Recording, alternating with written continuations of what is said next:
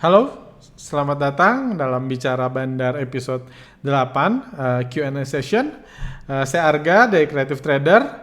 Bagi Anda yang pertama kali mengakses podcast Bicara Bandar, ini adalah podcast mingguan yang kami rilis, di mana setiap minggu kami merilis 2 video. Video pertama adalah Bicara Bandarnya sendiri, di mana kami merilis analisa kami, pembahasan tentang pergerakan bandar, IHSG dan lain-lain. Dan yang kedua adalah Q&A session, karena kami sadar ilmu bandarmologi adalah ilmu yang nggak diajarkan bagi para investor pemula. Jadi banyak investor pemula yang masih gamang, yang masih bingung terhadap pembahasan kami.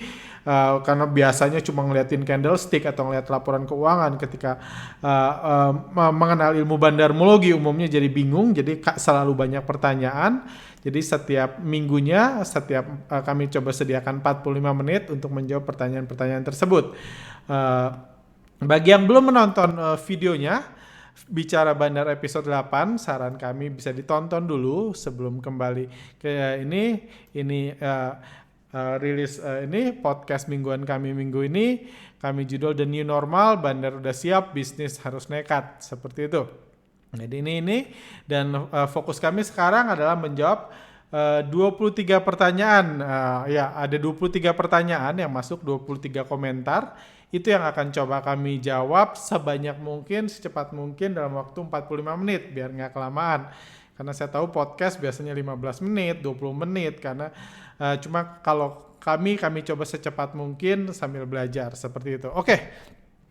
Langsung aja sedikit tentang IHSG. Dalam podcast sebelumnya kami memprediksi, setelah minggu lalu kami memprediksi pertolongan investor asing datang dan puji Tuhan akhirnya datang, jadi IHSG bisa naik di minggu lalu sebelum libur lebaran. Minggu ini pun kami memprediksi, meramalkan, jadi kami sedang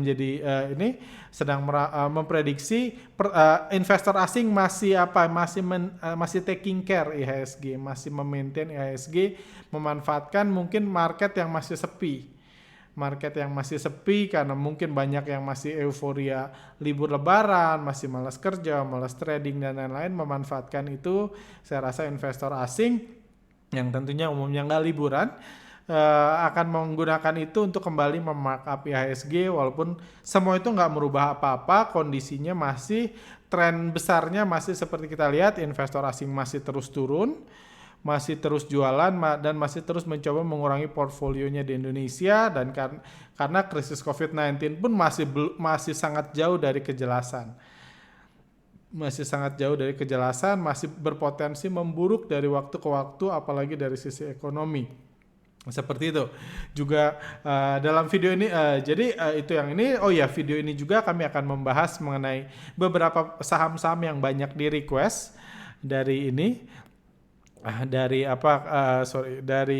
Dari kolom komentari ada beberapa saham, ada BCA, kita akan bahas banyak BRI, banyak banget pertanyaan tentang BRI yang masuk, akan kami jawab juga beberapa pertanyaan yang menurut kami menarik, seperti itu.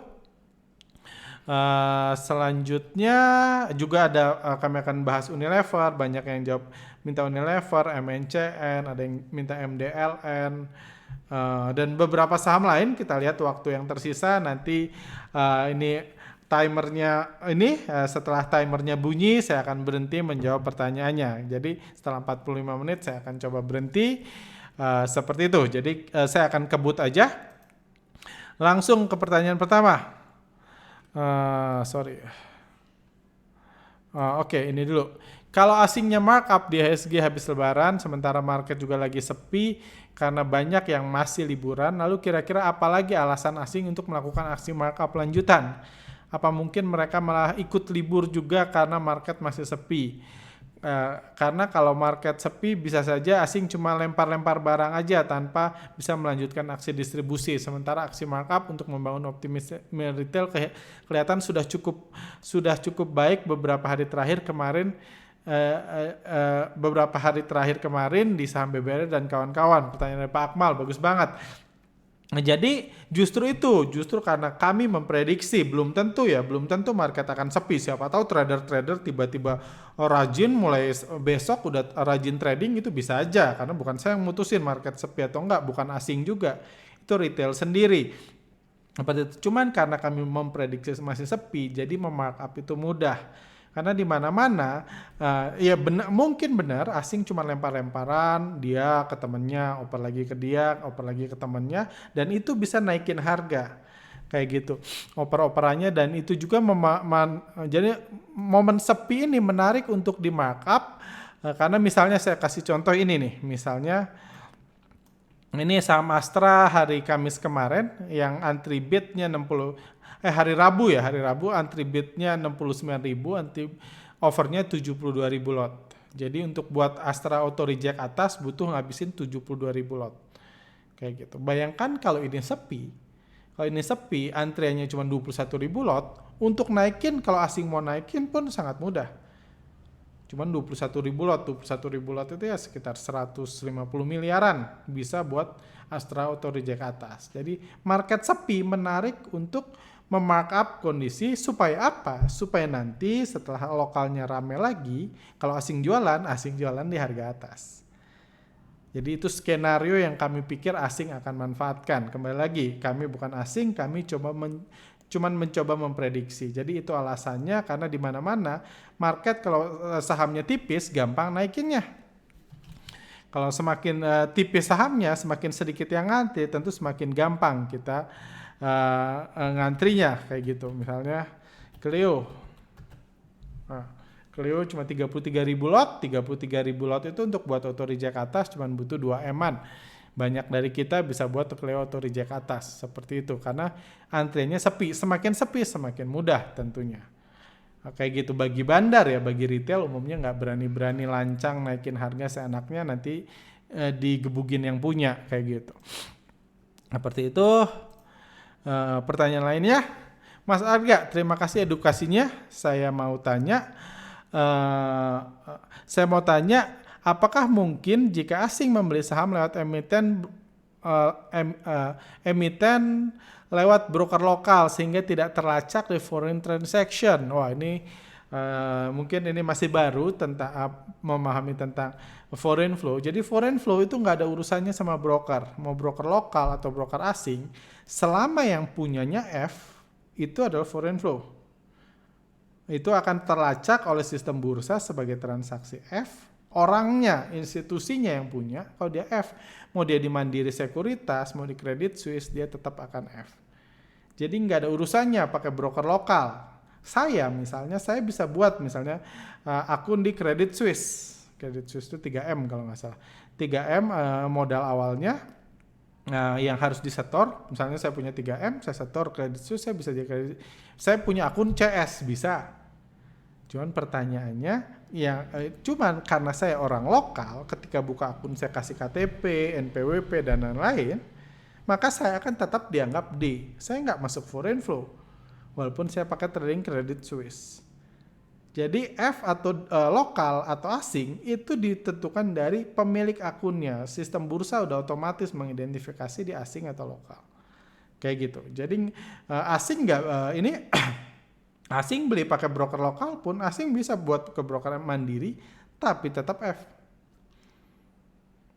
Kalau asing George Soros bisa buat Mandiri Sekuritas bisa, tapi karena yang buka akunnya George Soros misalnya dia tetap akan F, bukan D. Seperti itu. Apalagi institusi besar. Oke, pertanyaan dari Pak Kevin Kandinata. Pak, saya ada pertanyaan. Kalau bandar saat memutuskan untuk gerakin saham itu based on fundamental analysis nggak ya? Semoga berkenan membantu menjawab pertanyaan saya karena saya sudah sangat curious. Pertanyaan bagus. Jadi mungkin Pak Kevin ini akhirnya menyadari kalau harga saham itu diatur oleh bandar. Pertanyaannya, bandar peduli nggak sama analisa fundamental? Menurut saya, mayoritas bandar peduli bukan analisa fundamental ya, dia peduli sama kualitas perusahaannya. Analisa fundamental itu ya buat analis, cuma dia peduli sama kualitas perusahaannya. Misalnya, saya diminta ngebandarin satu saham. Saya pengen tahu nih, saham yang saya bandarin, yang saya gerak-gerakin tiap hari itu isinya apa, saya pengen tahu. Karena saya akan sangat berhati-hati kalau saham yang saya goreng itu nggak ada isinya. Kalau tiba-tiba dituntut pilot, saya lagi seru-seru ngegoreng, tiba-tiba dituntut pilot. Bisa aja kan? Waduh, saya ngegoreng, lagi seru-serunya ngangkat harga, akumulasi, tiba-tiba dituntut pilot, kan repot. Jadi bandar peduli sama kualitas perusahaannya. Karena kalau perusahaannya bangkrut, akan menyusahkan bandar. Kalau sejauh itu yes.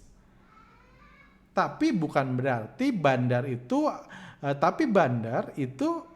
dia yang cari itu, dia trading saham, jual beli saham untuk cari untung, bukan untuk memenuhi teori ekonomi, teori analisa fundamental. Dia buat cari untung, kita juga kan buat cari untung kan. Kita bukan komentator saham yang pas-pasin gitu, PER-nya berapa, PBV-nya berapa. Kalau ternyata PER PBV-nya masih mahal, cari alasan lain, bukan itu kita.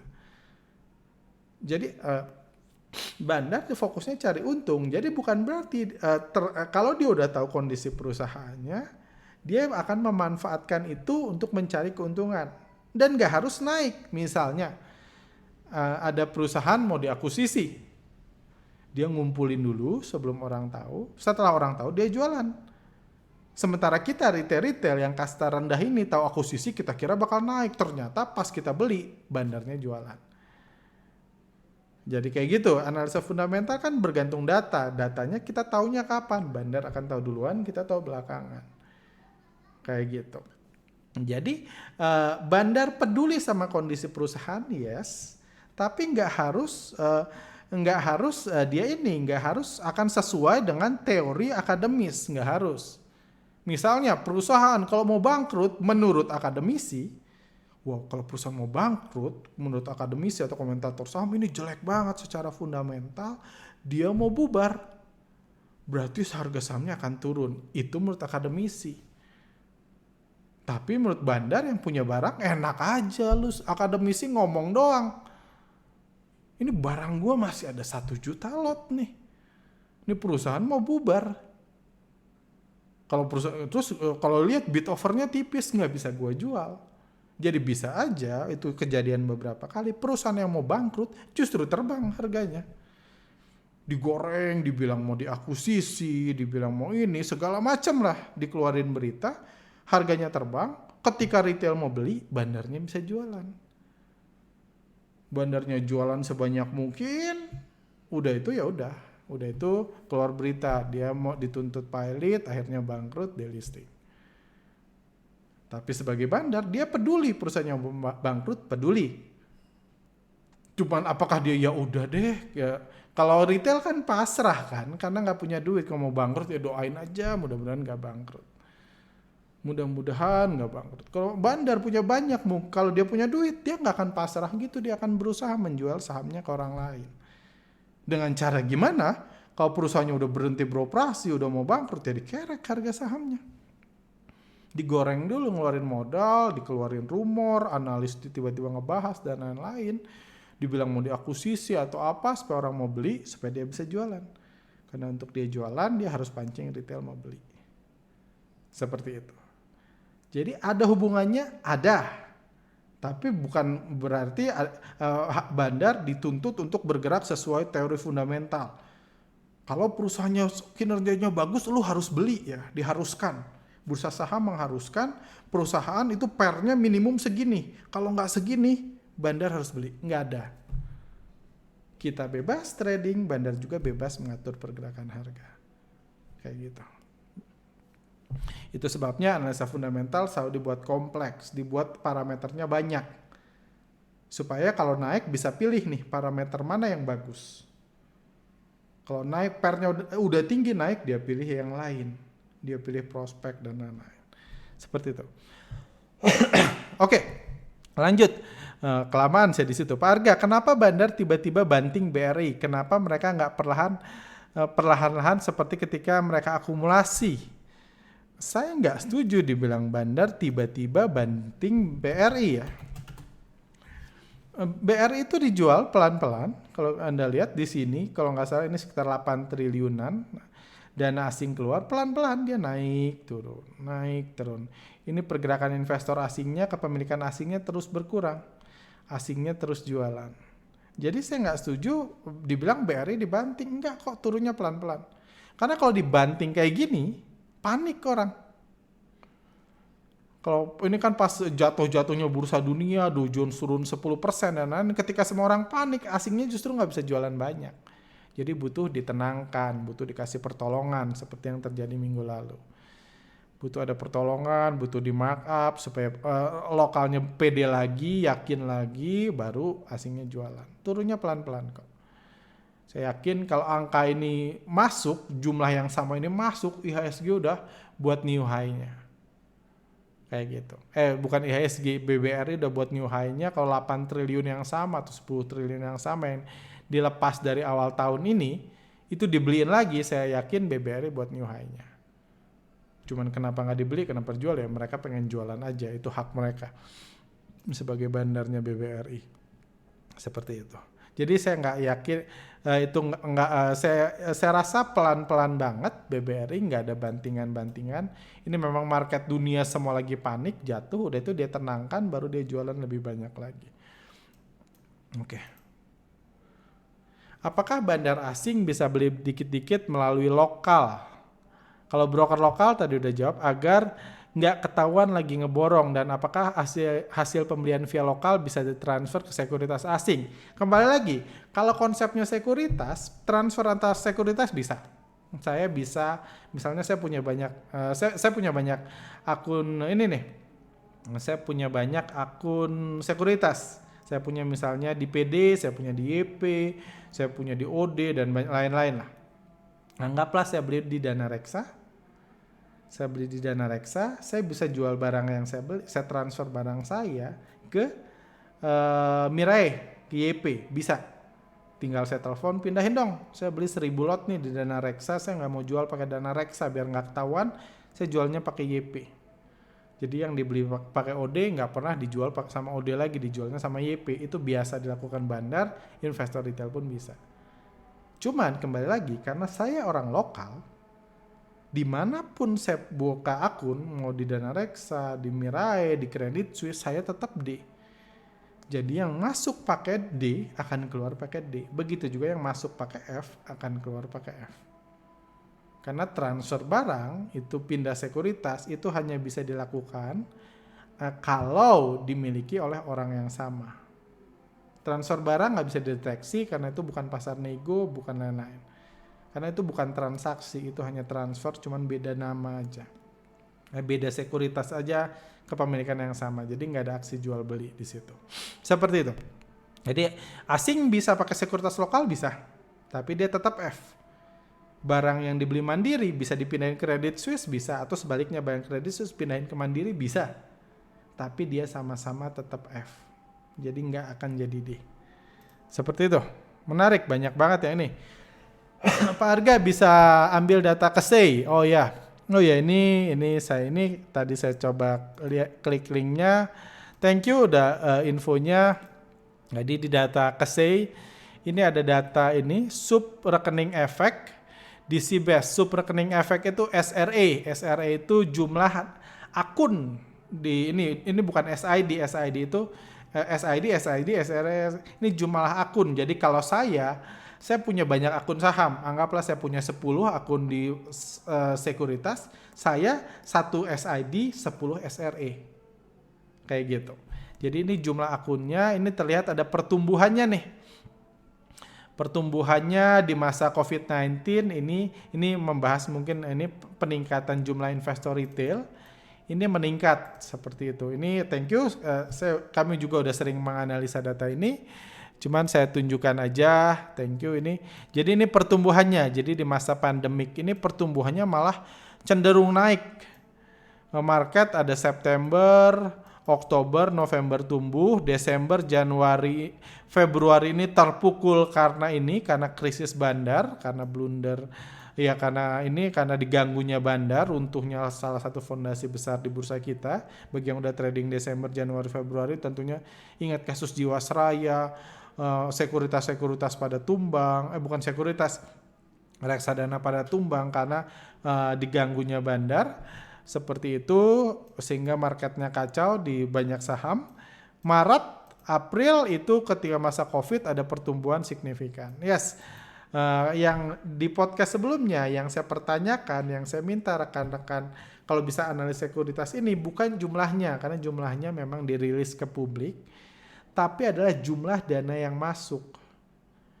Berapa rupiah itu yang ditransfer ke akun SRE yang masuk ke bursa saham, dana segarnya itu cuma sekuritas yang tahu.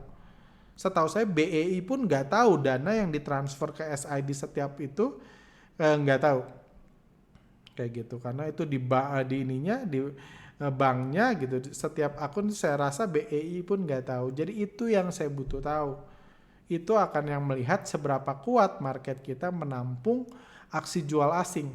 Kalau asing mau jualan kan butuh lokal yang masuk. Jadi itu yang penting. Cuman so far saya nggak tahu ada data itu bisa diakses di mana. Kalau ada yang tahu silahkan. Tapi kalau jumlah memang sudah terlihat jelas ada peningkatan signifikan dalam, bahkan kalau kita lihat di bulan Maret pas kacau-kacaunya market, ini ada pertumbuhan jumlah nasabah terbesarnya dalam 1 tahun terakhir. Ketika market crash justru semua ini yang udah saya bahas juga dalam itu dalam video bandar saham dan bandar maskar, saya jelaskan kenapa dan itu yang menyebabkan IHSG nggak jatuh dan dirubah jadi kasino seperti sekarang. Seperti itu. Thank you buat Ibu Livi ya. Oke, panjang nih. Saya coba, Bang mau tanya tentang keilmuan bandar alias bandarmologi. Sebagian besar orang pasti hanya berpikir kalau bandar itu sebatas orang atau pihak tertentu. Namun dari beberapa pengamatan saya menyimpulkan selain bandar itu orang atau pihak tertentu dengan modal gede maupun menggerakkan harga saham lalu yang bisa memang dengan sengaja melakukan hal-hal tersebut. Tapi ada di sisi lain di mana saya temukan pihak dengan modal gede berpengaruh terhadap harga saham. Secara natural aksi jual belinya akan mempengaruhi harga tanpa niat ngebandarin. Oke. Pertanyaannya, apakah poin yang bagus dari Pak Saiful? Apakah yang saya pikirkan benar atau salah? Jika salah mohon maaf dan bantuan menjelaskan. Cukup benar. Jadi sebenarnya ada dua pemahaman. Ya, saya bisa bilang yang dipahami benar, cuman mungkin saya jelaskan ada perbedaan antara big player dan bandar. Big player adalah orang yang punya uang gede, yang punya saham banyak, atau yang punya saham banyak, atau dua-duanya. Itu big player. Nggak setiap big player itu mau ngebandarin. Kayak gitu. Misalnya saya, seperti saya bilang, atau nggak usah saya deh, misalnya ada kenalan saya di Surabaya. Di Surabaya itu dia investor retail, dia bukan bandar, cuman modal tradingnya itu lebih dari 10M. Modal trading lebih dari 10M. Sementara misalnya dia mau beli saham Cleo. Cleo ini transaksi hari Rabu itu 60.000 lot itu cuma 2,8M. 2,8M. Berarti ini ada 33.000 lot. Anggaplah ini 1,7M. Berarti teman saya itu bisa buat saham Cleo auto reject atas. Hajar, beli semua auto reject atas. Bisa. Ya, kenapa bisa ya? Dia punya cukup duit.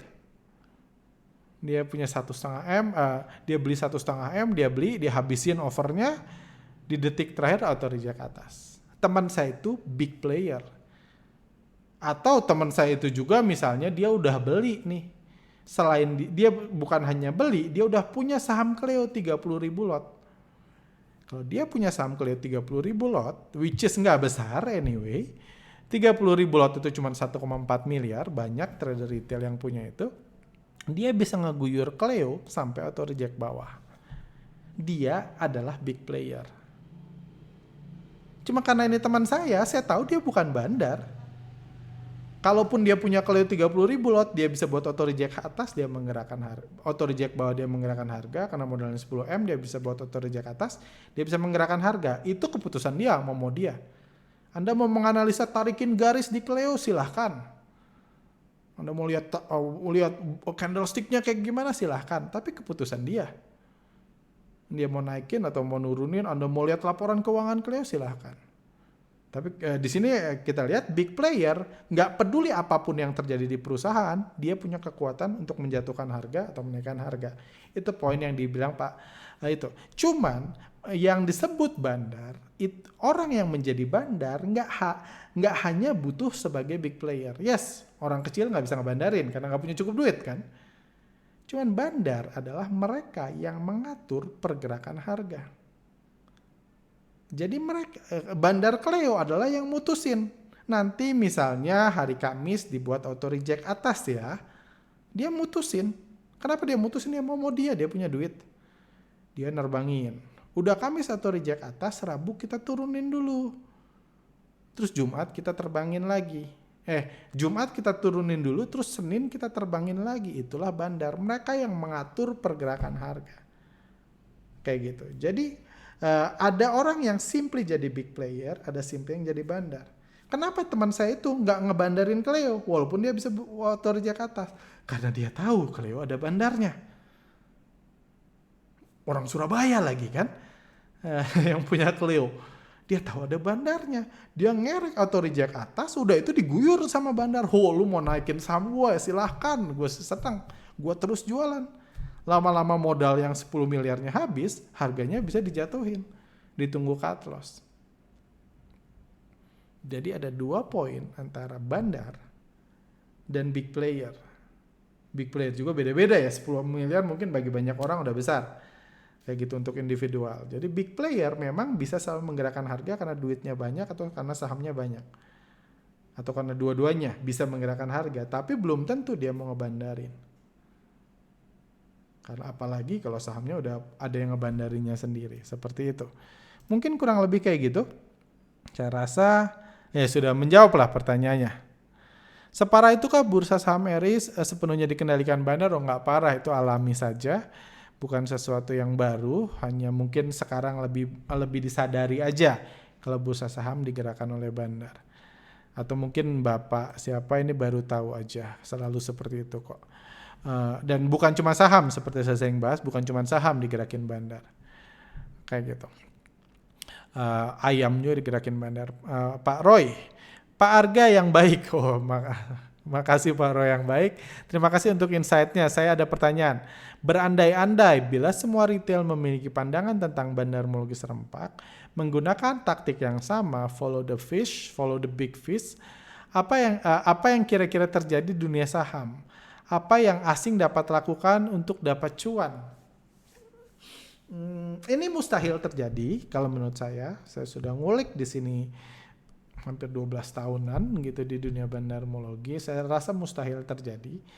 Ini ada banyak penyebabnya, cuma terlalu panjang saya. Karena pertama edukasinya aja di bursa saham selalu diedukasi dari fundamental dan teknikal.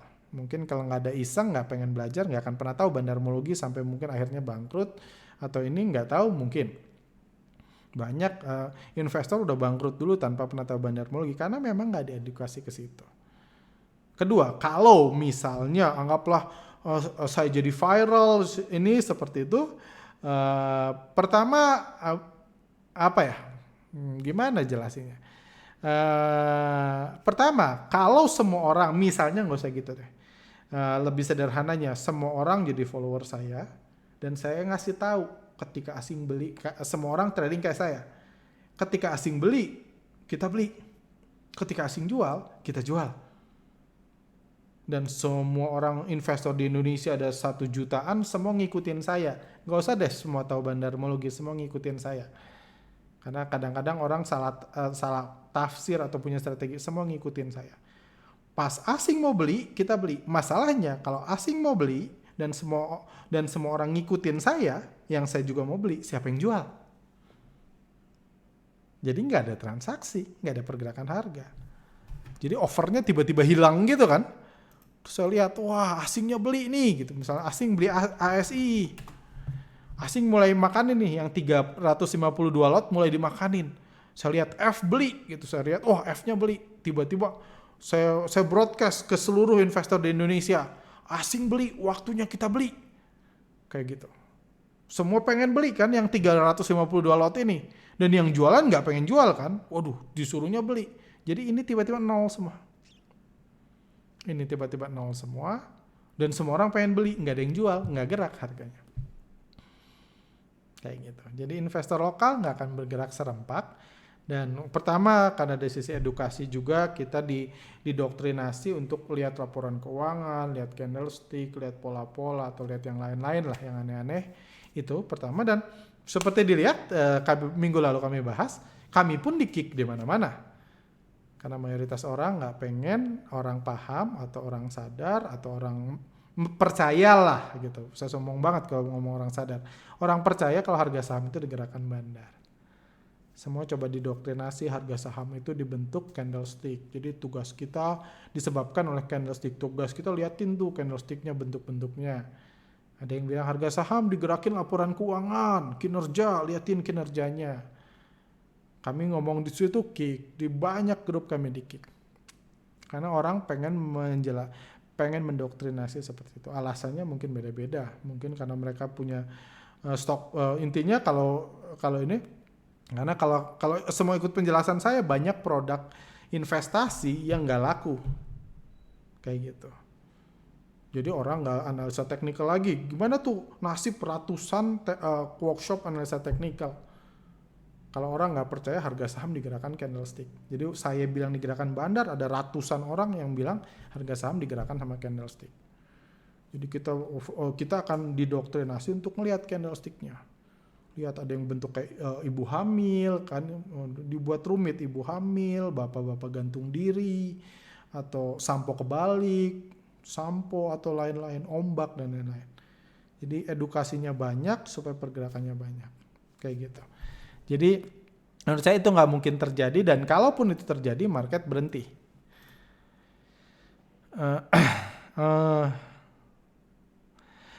Asing A mulai distribusi sehingga harga saham turun sangat drastis. Oke, ini ada nanti pembahasannya. Oke. Wow, 12 menit lagi. Saya coba kebut. Dengar Pak Arga ngomong kalau demand jasa perbandaran lebih tinggi menjelang Juni ini sangat mind-blowing sekali.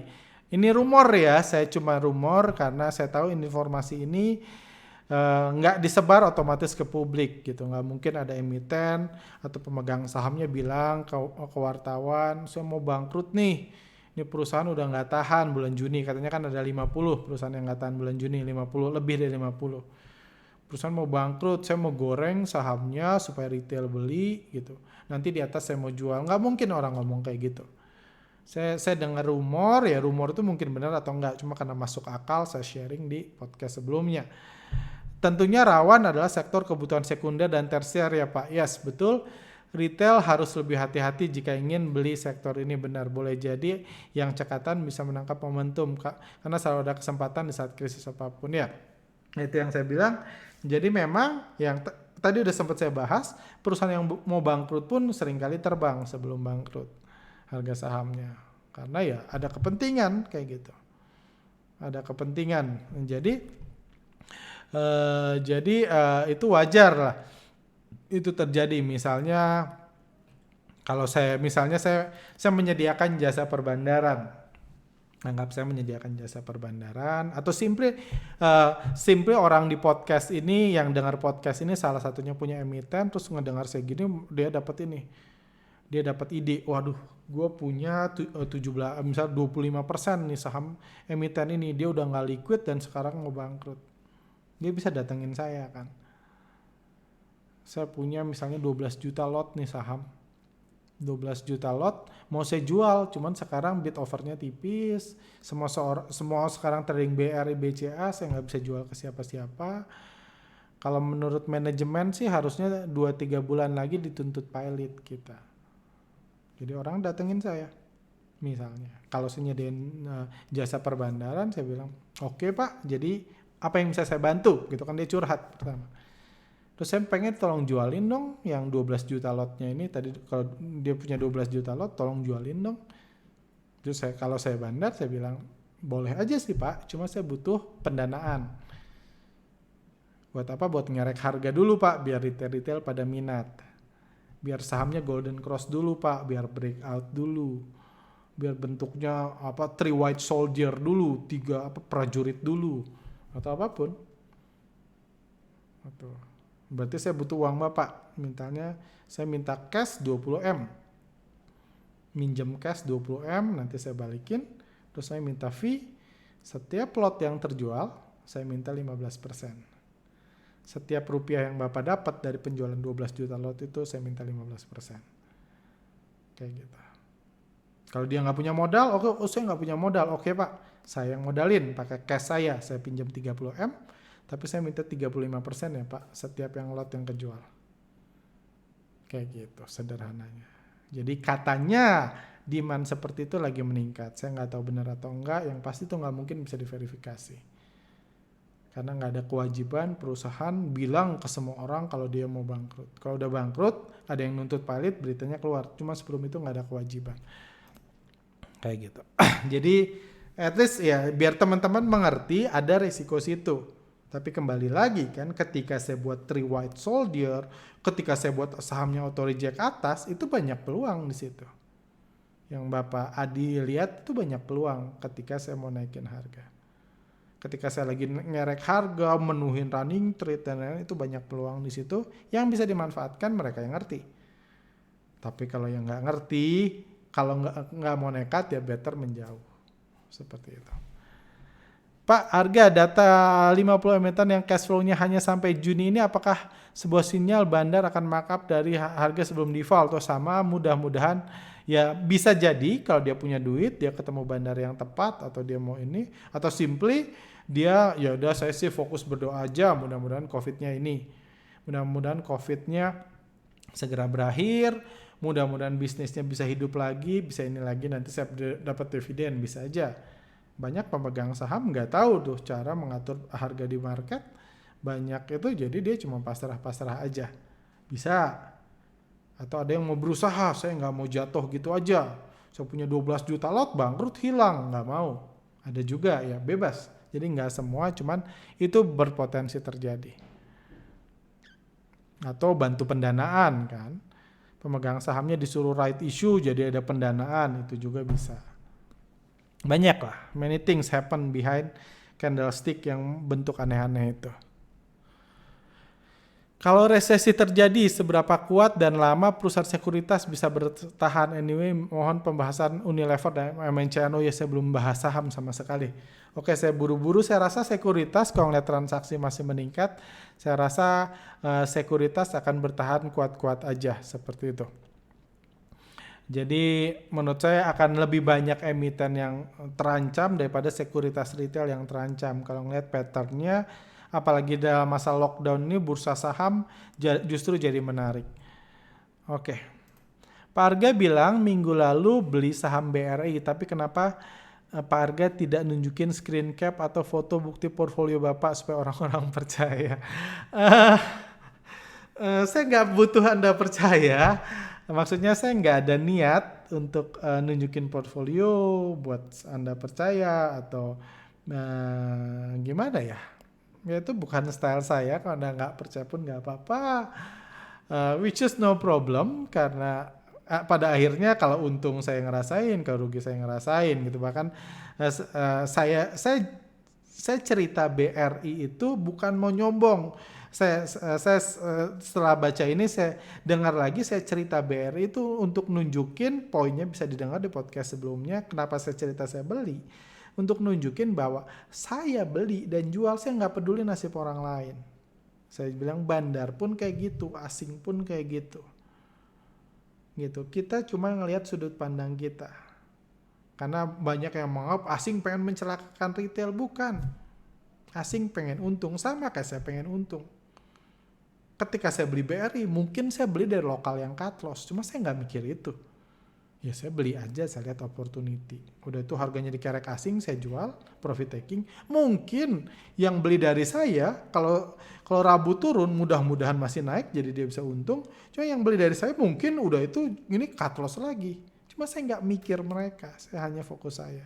Jadi poinnya itu. Cuman saya sendiri nggak nggak ngelihat ada urgensi atau ada keinginan untuk menunjukkan portfolio saya. Kenapa banyak yang nunjukin? Umumnya karena mereka pengen jualan. Jadi kita tahu salah satu bisnis yang menarik itu adalah bisnis men-trigger orang untuk dia pengen cepat kaya. Atau membuat orang percaya kalau ikut gua lu cepat kaya. Itu bisnis yang menarik. Which is nggak salah. Ya namanya bisnis nggak salah. Cuman saya agak idealis. Saya rasa orang kalau terjun ke market dengan keinginan cepat kaya, biasanya cepat bangkrut. Jadi karena saya di sini, saya lebih ngerasa trader daripada orang yang ngasih seminar, ngasih ini. Saya berbagi as a trader. Kayak gitu. Dan satu lagi, kenapa saya bahas cepat kaya? Salah satu yang buat orang percaya kalau ikut seminar dia, ikut Stockpick dia cepat kaya. Kalau yang ngomongnya pamer, lihat nih gua kaya. Jadi dia minjem Mercy siapa, harus buat podcast di dalam Mercy sambil nyetir. Kalau kayak gitu. Buat podcast dalam Mercy atau keluar negeri bukan buat jalan-jalan, buat podcast. Ke setiap sudut dia buat podcast biar kerasa kaya. Itu menjebak, men-trigger orang. Wah dia beneran kaya. Kayak gitu. Cuman ya itu hanya strategi marketing aja gitu loh. Kalau di saham biasanya yang murah, kalau keluar negeri kan mahal kan, apalagi sekarang nggak bisa. Ya tunjukin aja screen cap. Mau benar mau enggak bebas. Bisa Photoshop, bisa dia punya banyak rekening, ditunjukin yang cuannya aja atau banyak. Ya, kalau Anda mau lihat benar atau enggak, Anda coba aja ikut.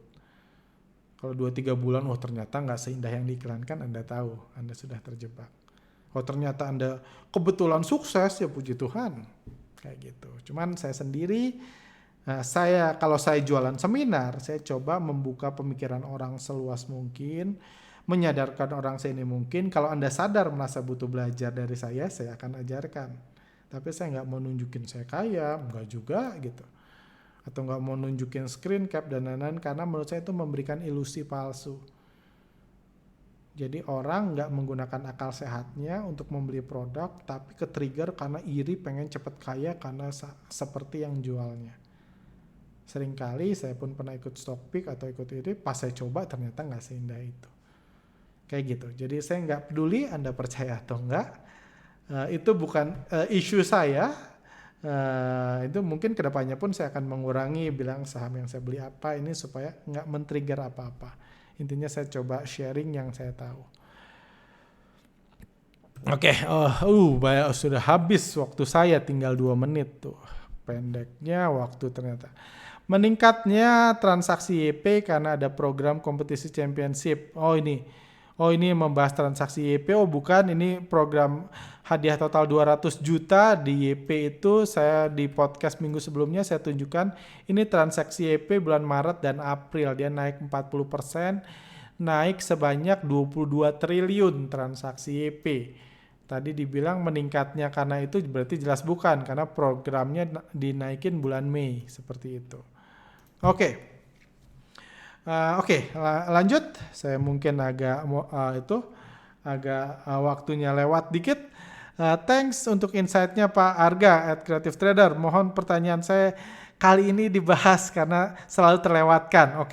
Ini udah bahas BRI. Hal utama apa yang membuat asing jual dan lokal beli 9 triliun BRI, di mana harga tidak naik malah makin turun. Tetapi ketika asing beli 8 miliar saja bisa buat harga naik signifikan. Apakah timingnya? Bagaimana jika retail bisa beli saham tersebut 8 miliar sekaligus dalam waktu yang sama? Apakah bisa menaikkan harga saham itu juga? Nah, ini pertanyaan bagus banget. Saya coba jelaskan. Jadi ini mungkin di BRI itu lokal beli 9 triliun lebih di sini. Dari awal tahun saya coba nanti deh habisin waktu kalau dihitung pakai sistemnya. Di sini lokal beli 9 triliun, harga nggak naik. Tapi pagi-pagi kemarin saya bahas, pagi-pagi asing beli 8 miliar, harga BRI naik 8%. Kenapa sih lokal sesial itu? Padahal belinya 9T loh. 9T atau di sini 2 hari ini aja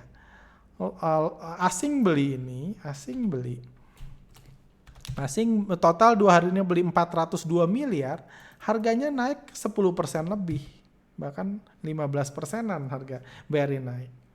Kenapa kalau asing beli? Kenapa kalau lokal habis waktunya?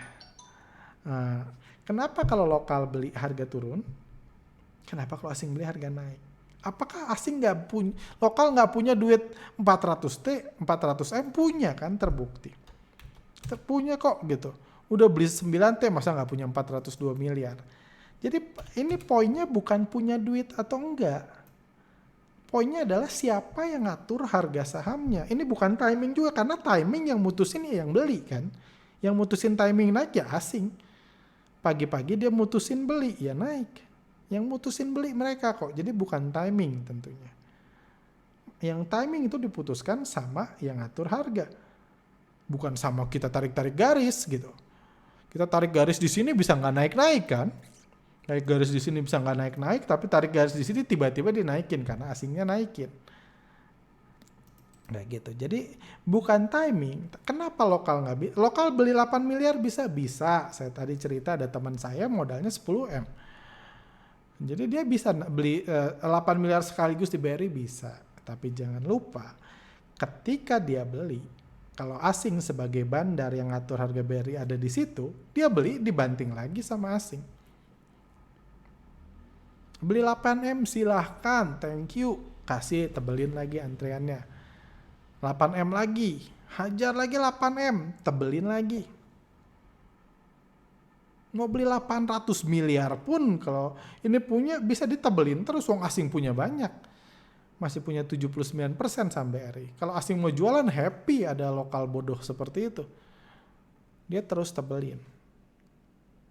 Apa bedanya kalau asing ngumpulin? Asing pertama, lokal di sini udah frustasi semua, udah depres semua, udah pengen cut loss semua. Dan yang pengen cut loss ini yang beli udah ketakutan. Jadi ini. Terus ketika dia naikin harga ya dia nggak tebelin lah, wong dia sendiri. Dia nggak nebelin di over. Karena dia yang ngatur harga BRI itu bergerak sesuai keputusan dia. Kayak gitu. Jadi itu yang membedakan. Lokal beli tambah banyak, tambah happy, asingnya terus aja tebelin antriannya. Sementara asing beli, lokal nebelin. Enggak, lokal kan udah nyangkut. Ya 1-2 bisalah nebelin yang beruntung. Atau yang ngikutin asingnya beli pagi-pagi, jual bisalah nebelin. Cuman berapa lot sih yang saya jual? Nggak akan sampai 400 miliar kan. Jadi nggak ini. Kayak gitu. Mayoritas kan lokal nyangkut. Ngelihat naik jadi nggak pengen cut loss. Itu juga harapan asing. Jadi bukan rupiahnya tapi siapa yang itunya. Itu sebabnya saya bilang teman saya ini pun nggak berani akan naikin Cleo. Nanti dihajar bandarnya. Kayak gitu. Jadi it's not about the timing. Tapi it's about siapa yang bandarnya. Siapa yang ngatur harganya. Asing ngerek harga nggak mungkin ditebelin sama dia sendiri, ngapain? Ketika dia ngerek harga, dia biarin harga naik semulus mungkin, secepat mungkin. Supaya lokalnya tenang, lokalnya pede, dan seterusnya. Dia nanti bisa jualan lagi, itu prediksi kami. Oke, ini pertanyaan BRI lagi, abis ini saya tutup dulu. Saya bahas Unilever dan MNCN yang sudah saya janjikan dan BCA.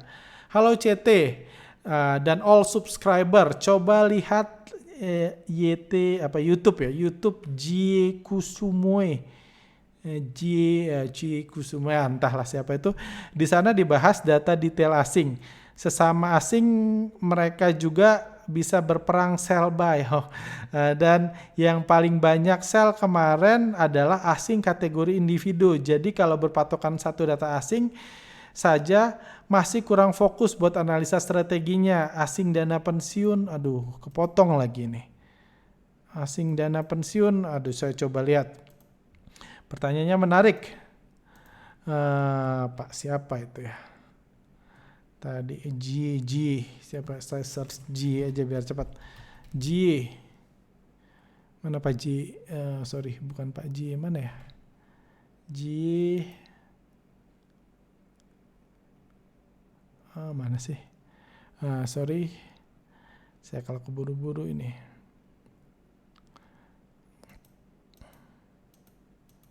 Waduh banyak ya, JK.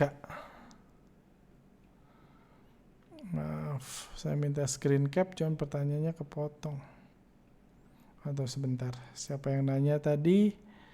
Ihsan. Ihsan.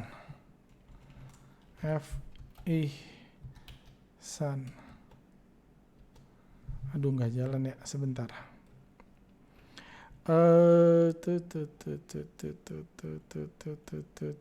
Saya mau pahami dulu ininya, nanti saya jawab. Martinus, Roy, Haris, Livi, banyak banget. Gigi, Akmal, jauh lagi. Bayu, maaf, makanya Kak, saya screen cap. Ini Ihsan, oke. Halo CT dan all subscriber. Coba lihat, saya naikin dulu biar kelihatan. Nggak kelihatan lagi. Saya coba. Nah, halo CT dan all subscriber, saya zoom. Nah, karena pertanyaannya sangat edukatif, thank you. Halo CT dan all subscriber, coba lihat YT itu saya percaya YouTube, Jie Kusumo, mungkin ini YouTuber juga atau siapa. Di sana dibahas detail asing. Sesama asing mereka juga bisa berperang sell buy. Dan yang paling banyak sell kemarin adalah asing kategori individu. Wow, ajaib banget bisa tahu. Jadi kalau hanya berpatokan satu data asing saja masih kurang fokus buat analisa strateginya. Asing dana pensiun, reksadana masih stay di BBRI, jadi aman-aman saja kurasa. Individu panik selling aja buat cash king di tengah pandemi. Opini, correct me if I'm wrong. Oke, pertanyaan menarik. Saya bakal bablas lagi. Cuma ini penting, mungkin banyak yang ini karena mungkin ada YT ini, kalau ini YouTube, ada YouTube namanya Jie Kusumo, cuman ya oke lah karena ini mungkin dia nggak paham tentang foreign flow. Nah, pertama ini karena ngomong data, saya coba lihat datanya dulu. Sesama asing yang paling banyak sell kemarin adalah asing kategori individu. Pertama, dalam video sebelumnya, video mana? Video ini yang mungkin Pak Jie itu membahas ini tentang artikel kami di mana BBRI dibeli oleh investor retail. Kepemilikan retail naik 20%, naik 2 kali lipat, naik 100% dari bulan Februari ke bulan April. Data di situ juga saya bilang investor lokal itu ada banyak jenis. Kasta terendahnya adalah investor individu. Ada dana pensiun, ada reksadana, ada institusi keuangan, yayasan, dan lain-lain. Yang paling parah itu kalau dibeli individu. Dan ketika mayoritas BBRI jatuh, yang beli adalah individu alias retail. Artinya apa? Memang seperti dibilang, lokal itu nggak cuma satu. Jadi benar. Lokal nggak cuma satu, asing pun nggak cuma satu. Saya nggak pernah bilang asing itu satu orang. Bule yang seenaknya ngegerak, bule seorang di kantornya gitu seenaknya ngegerakin BBRI, saya nggak pernah bilang kayak gitu. Asing pun dipecah berbagai kategori. Terus di sini dibilang yang sell kemarin adalah asing kategori individu. Ini cukup dipertanyakan karena kami udah ngulik data ini. Data harian itu nggak ada. Data ini dimiliki KSE, dirilis akhir bulan. Mungkin bisa dicek lagi. Mungkin bisa ditonton lagi YouTube-nya Pak Jie Kusumo ini atau lihat sendiri di KSE karena kami juga kalau ada harusnya KSE kasih tahu ke kami kalau ada data harian. Kemungkinan data yang dibilang ini data yang sama kayak kami itu data akhir bulan April. Kami pun nggak tahu yang jual kemarin individu atau institusi. Itu pertama. Jadi cuman kalau kita lihat yang jual reksadana, dana pensiun dan reksadana masih di BRI, ya kita lihat aja di sistem foreign flow-nya.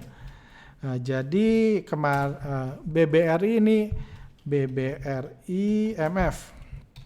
Ini langsung aja lihat di sistemnya, bisa di cross check ke data KSE. Jadi ini yang merah di atas ini itu kepemilikan investor retail itu ada 78%. Investor asing total di BRI itu 78,73%. Kayak gitu. Kepemilikan asing ini dipecah ya individu. Saya coba mudah-mudahan kelihatan di sini. Yang warna orange paling bawah ini adalah investor individu yang totalnya 0,09%. Jadi investor individual bule itu cuma punya 0,09% dari BBRI di akhir April. Tadi dia bilang yang jualan di bulan Maret itu BBRI. Kayak gitu. Reksadana, dibilang dana pensiun dan reksadana masih punya. Yes, reksadana masih punya 30,9%. Coba. Saya coba pakai ini, mudah-mudahan bisa kelihatan. Oke, nah ini individu 0,9, reksadana 30, dana pensiun 10. Oke. Jadi sampai situ aja. Jadi ini datanya. Jadi dari data yang dikatakan dibilang yang sel kemarin di kategori individu nanti kita lihat dibandingin bulan Maret. Dana pensiun dan reksadana masih stay di BBRI. Iya, betul banget, masih stay 30%, masih stay 10%. Saya juga nggak bilang dana asing di BBRI habis.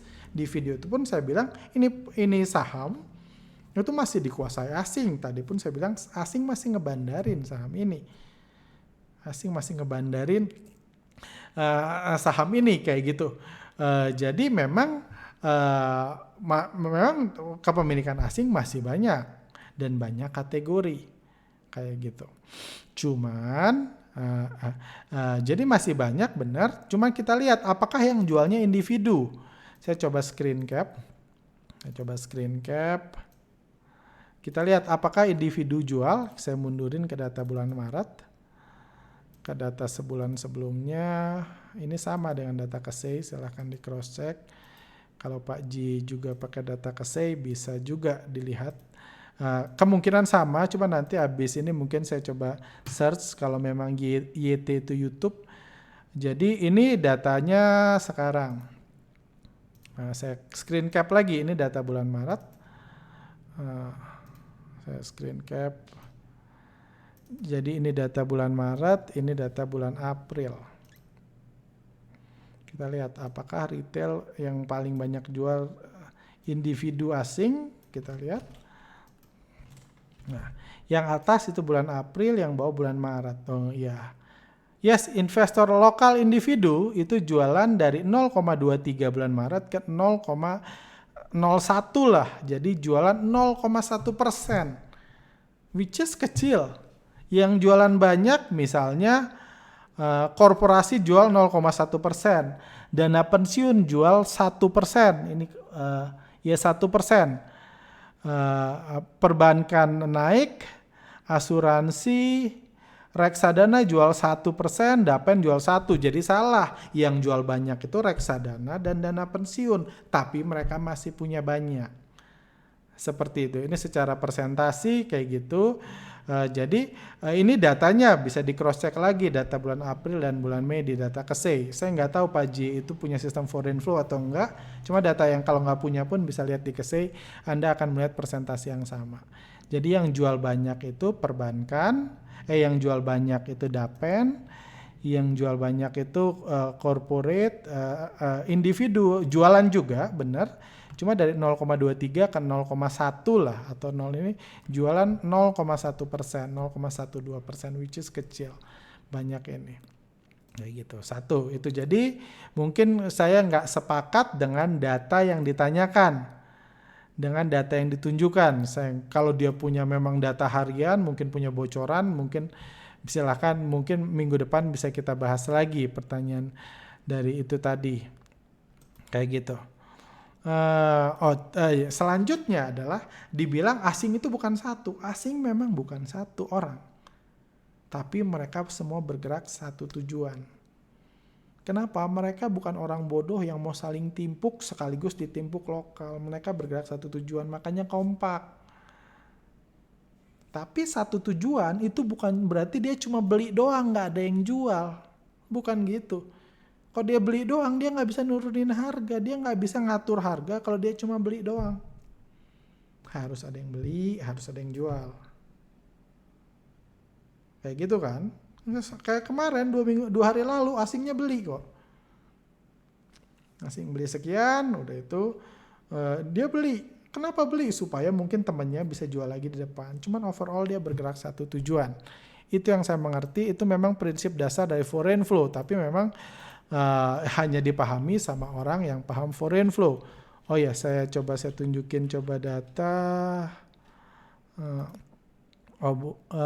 Mei bukan, saya coba data.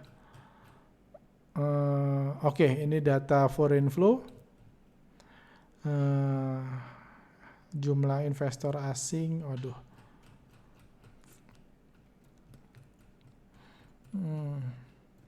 Oke. Ini jumlah peta kepemilikan investor asing. Jumlah investor asing. Jadi di bursa kita per akhir Desember, ini data dari bursa, itu ada 1,1 juta lah SID. Tadi SRE, ini SID. Jumlah investor di bursa kita ada 1,1 juta. 98%-nya itu lokal individual yang saya bilang tadi. Institusi lokal itu 0,7%, asing lokal, institusi asing itu 0,7%, individual asing itu 0,6%. Individual asing ini bukan bule-bule di Amerika yang trading di Indonesia. Saya nggak pernah ketemu orang seperti itu dan mereka juga nggak kurang kerjaan. Ini lebih banyak ke ini perusahaan-perusahaan milik orang lokal yang buat institusi di luar negeri. Atau misalnya saudara bandarnya ini, saudara ini biar dia pakai F. Jadi individual asing itu hampir nggak ada realitanya orang bule perorangan dari Indonesia. Jadi mayoritas institusi lokal. Kalau di total pun jumlah investor asing di Indonesia cuma 1,3%. Dan jangan lupa mereka memiliki setengah dari IHSG. Dan mereka bekerja sama.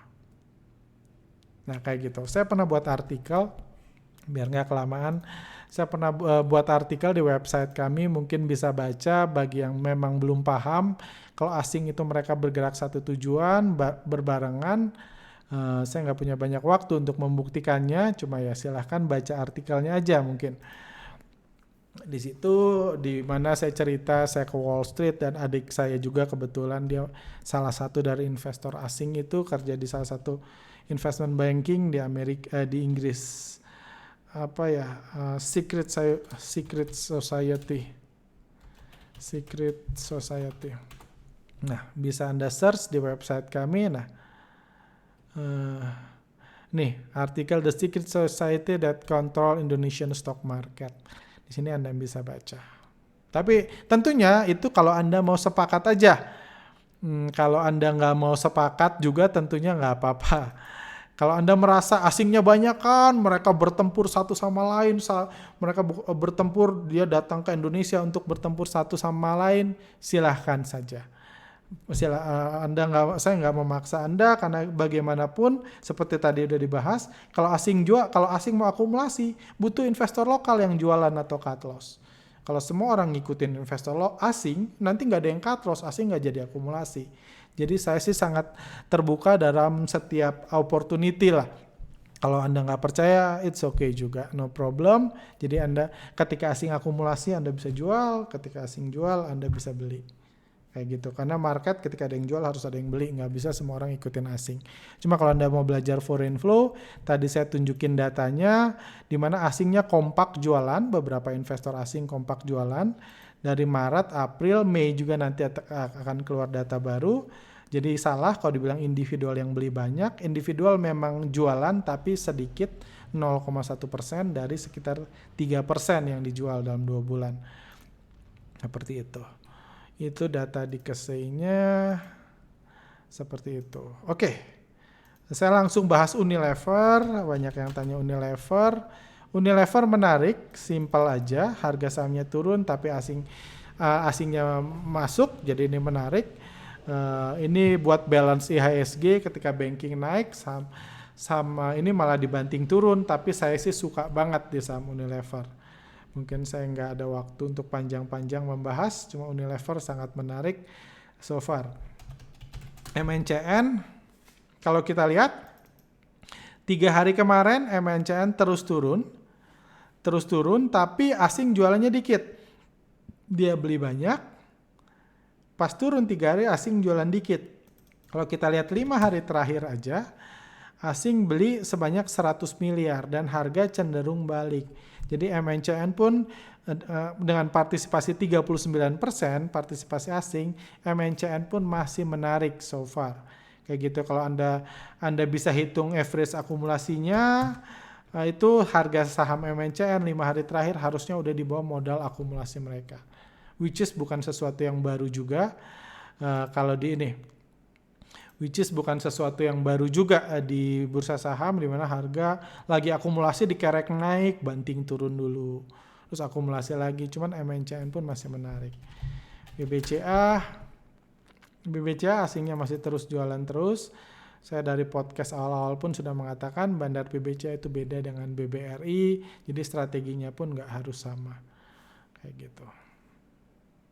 Itu ya, asing di BCA beda sama BRI. Seperti itu.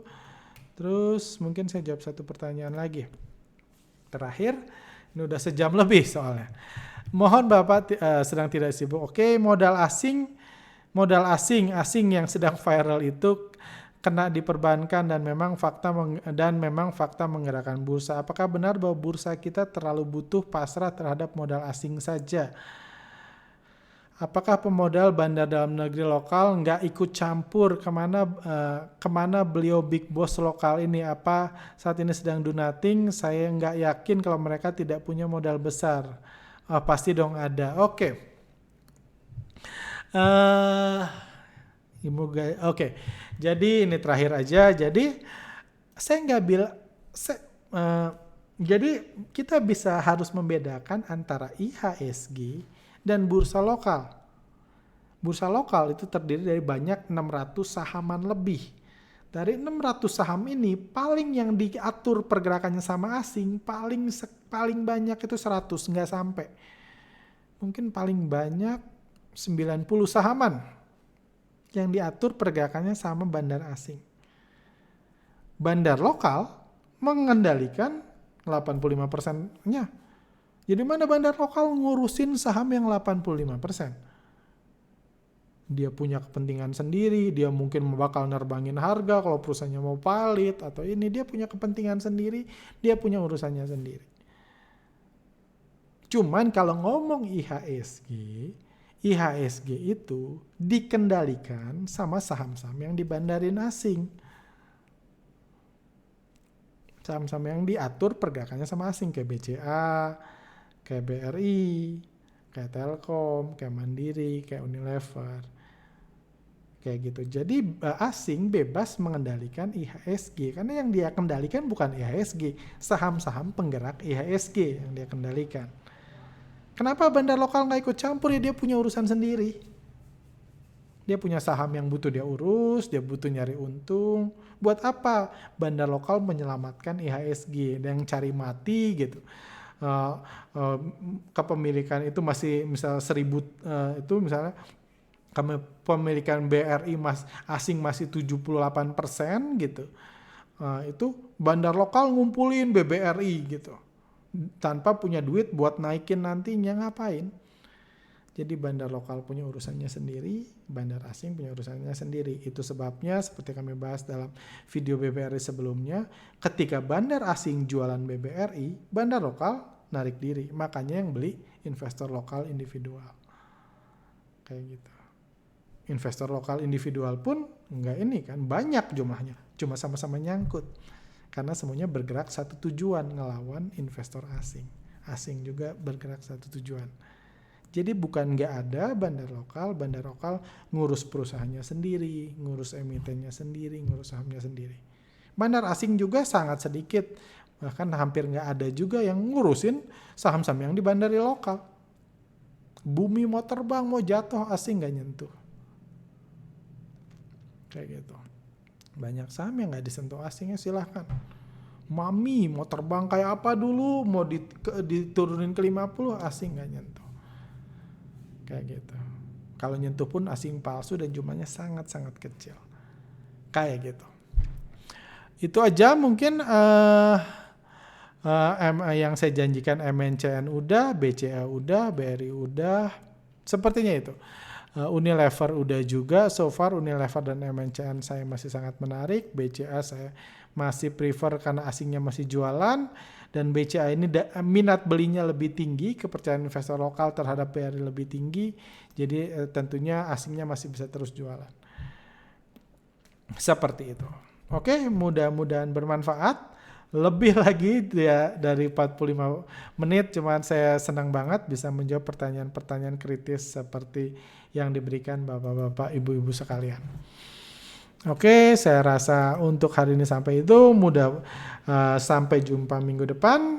Thank you buat pertanyaannya. Kalau masih ada yang ditanyakan, bisa taruh di bawah atau disimpan, dibuat bicara bandar minggu setelahnya, minggu besok.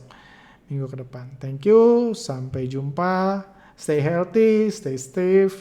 Selamat Hari Raya sekali lagi buat rekan-rekan yang merayakan. Sampai jumpa di lain kesempatan.